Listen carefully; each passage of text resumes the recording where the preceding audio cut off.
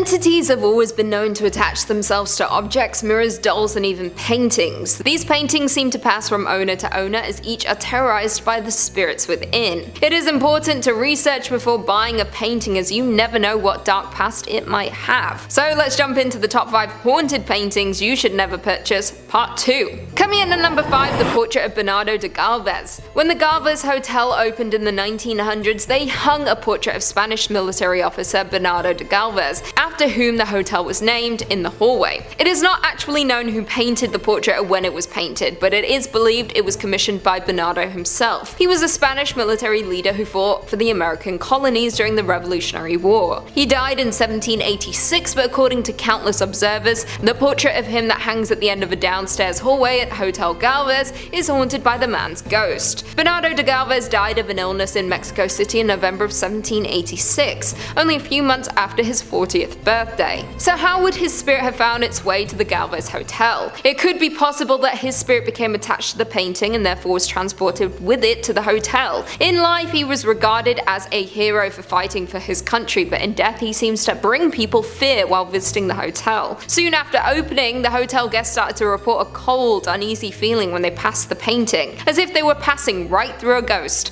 Others could feel the eyes of the painting following them around the room. This has even been captured by photographers. It is said that if you want to capture a picture of Bernado de Galvez, you must first ask permission. If you do not, then your picture will come out blurry. Is his spirit just watching over the hotel, or maybe he has some unfinished business that he wants to resolve? Either way, I would not want to spend time around this painting. In at number 4, Man Proposes, God Disposes. What a name. Man Proposes, God Disposes is an 1864 oil-on-canvas painting by Edwin Landseer. The painting depicts an imagined Arctic scene in the aftermath of Sir John Franklin's expedition in 1845 to explore the Northwest Passage. The 134 men of Franklin's expedition left Greenheath in May 1845 on 2 steam-powered ironclad icebreakers. After 5 left the ship, the remaining 129 men were last seen by a whaling vessel in Lancaster Sound in July 1845, but then disappeared without trace into the ice. The expedition was well provisioned for a voyage of several years, but eventually search parties were sent out as time passed and no further sightings were made. In 1854, Inuit recounted tales of sightings in 1850 to Captain John Ray, and he found some dead bodies on King William Island. Ray also reported suspicions of cannibalism among the last survivors. Having been lost for 5 years, all of the provisions would have been long gone. In 1859, Francis Leopold McClintock published The Voyage of the Fox in the Arctic Seas, an account of his voyage on the Fox in search of Franklin from 1857 to 1859, and his discovery of the remains of 2 crew from Erebus on King William Island, together with the ship's boat and other detritus. The painting is said to be inspired from a real-life image of the discovered remains that brought back panic in the Canadian government. It is currently on display at Royal Holloway, University of London, where it has also been seen as cursed. The curse dates back to the 1920s. There was a student taking an exam in the hall where the painting is on display. The student was sat directly in front of the painting. During the exam, the student took 2 pencils and forced them into their eyes. They did not survive. When he was found, it was discovered he had written "The polar bears made me do it" on their exam paper. This is believed to be in reference to the polar bears in the painting. Since then, it is believed anyone who sat in this spot during an exam has failed. Students will now refuse to sit in the space, and the painting must be covered during every exam, otherwise the students will refuse to sit their exam. Could this painting make people mad, just like those lost at sea in 1850? We will never know for sure, but at least they keep the painting covered most of the time. Why keep it covered? Just throw it away, to be honest. In at number 3, the Stagecraft or the Hanging Man. In 1994, James Kidd, a commercial photographer, placed one of his photos on display at a gallery in Tombstone, Arizona, where Laura P. was showing some of her oil paintings. The photo was the old stagecoach stop at Tombstone. He first took a photo of the stagecoach stop and an old stagecoach, and then he wound his camera so he could get a double exposure photo with another old wagon in the foreground. When the picture was developed, however, it revealed something unexpected. Standing on a log to the left of the wagon is a figure that the photographer did not see when he took the picture. Upon close inspection, the figure appears to be a headless man. The figure's coat, pants, and boots are quite plain and easy to see, but he has no head. The photographer says the photo has been examined by Kodak and other experts to prove that he did not doctor it in any way. Laura couldn't get over the photo and asked him if she could do an oil painting of it. He agreed that she could.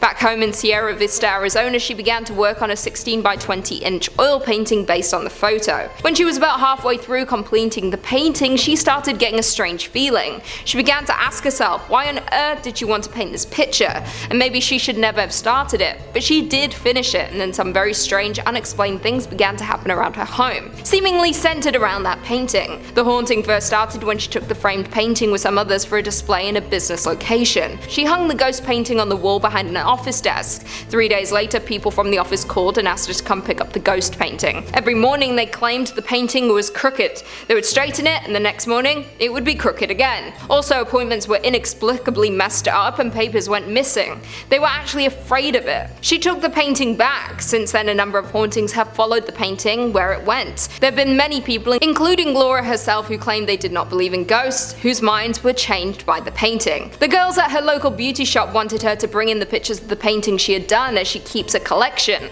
One woman started bragging that she did not believe in ghosts and that it was silly of them to avoid touching the picture. "Just let me see," she said. She took the photo, looked at it closely, and just laughed. That night at her house, a clock that had been on the wall for 40 years fell down and broke into 100 pieces. Laura has said, I quote, "I still don't actually believe in ghosts. Yet if I had to do it over, I would not have created this painting." She still has the painting hanging in her home. She said she had multiple offers for the painting, but she is too afraid to sell it to anyone, as she would feel responsible for what might happen to them. In at number 2, we have Love Letters Replica. The Love Letters painting is dubbed one of the most haunted paintings in the world, and is most known for its history connected to Austin's Driscoll Hotel. A US senator lost his 4-year-old daughter Samantha Houston after she chased her bull down the grand stairs and tripped and fell to her death. People think that this painting was then hung up on the 5th floor of the hotel as a tribute to her. The truth is, this isn't Samantha at all. This painting was a modern-day replica by Richard King of a work entitled Love Letters, actually painted by Charles Trevor Garland. It is quite possible that the painting may have been bought because the little girl in the picture looked like Samantha, but it most certainly isn't her at all.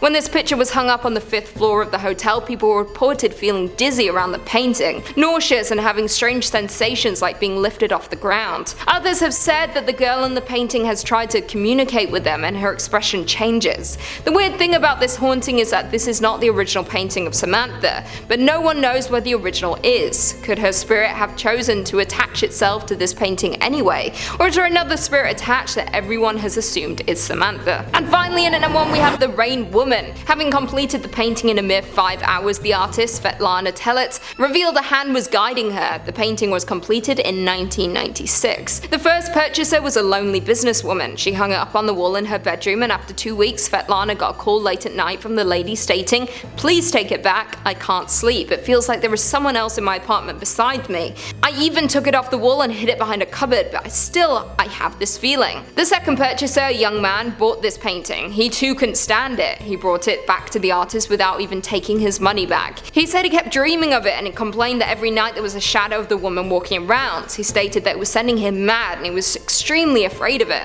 The third was a male. He was completely skeptical and didn't believe what was rumored to be happening with it at all, but he quickly returned it when he started to see the lady in the paintings, white eyes everywhere he went. He also claimed to have an intense headache while being in the room with it. Many believe the painting is evil and is cursed, but the artist herself disagrees and has optimized views on it. She stated, "I'm sure that every picture is born for some particular person. I believe that for my woman, there is also a person. I understand that many of you don't need this grief in your eyes. It's just not an interior decoration.